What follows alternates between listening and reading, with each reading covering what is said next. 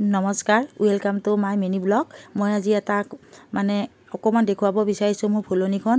এই ফুলনিখন আজি খুবেই মকৰা জালবিলাক এনেকৈ ফুল গছবিলাকত বান্ধিছে। মই ৰাতিপুৱা উঠি সেয়াই কাম কৰিলোঁ। কৰি উঠি ভাবিলোঁ এই খিৰিকী গ্লাছবিলাকো ইমান ধূলি হৈ গৈছে।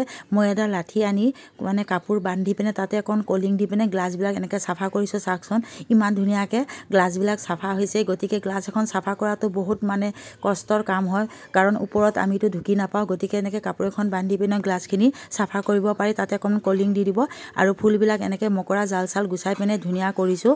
গতিকে আৰু চাৰিওপিনে মকৰা জালে গেৰেজো বান্ধিছে।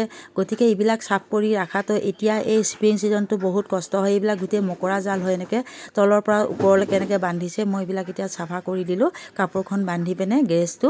তাৰপিছত ফুলবিলাকতো ধুনীয়াকৈ পৰিষ্কাৰ কৰিছোঁ, কাৰণ স্প্ৰিং ছিজনতো ধূলি হ'বই। যদি আমি চাফ চিকুণকৈ নাৰাখোঁ, কেনেকুৱা এটা জঘন্য নিচিনাকৈ মানুহে থকা নিচিনা বুলি ভাবিব। এইবিলাক গোটেই মকৰা জাল হয়। গতিকে কাপোৰ বান্ধি আজি মই চাফা কৰিছোঁ। কিমাননো আপুনি আৰু ঝাৰু মাৰিব বা সেই ৰেডিমেড জালিৰে চাফা কৰিব। গতিকে এনেকৈ মই চাফা কৰি আছোঁ। এয়া ফুলবিলাক ইমান ধুনীয়াকৈ ফুলিছে। গতিকে ইয়াত ধূলিবিলাক ৰাখে।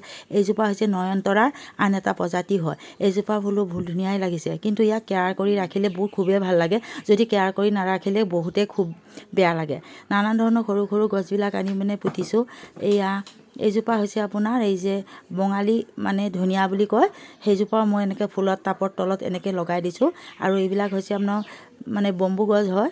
এইজোপা বাহিৰত লৈ আহিছোঁ, আজি ভিতৰত আছিলে। এনেকৈ ধৰণৰ আজি ৰাতিপুৱা ভাবিছোঁ ইয়াকে চাফ চিকুণ কৰি ঘৰখন পৰিৱেশটো সৌন্দৰ্যবোধক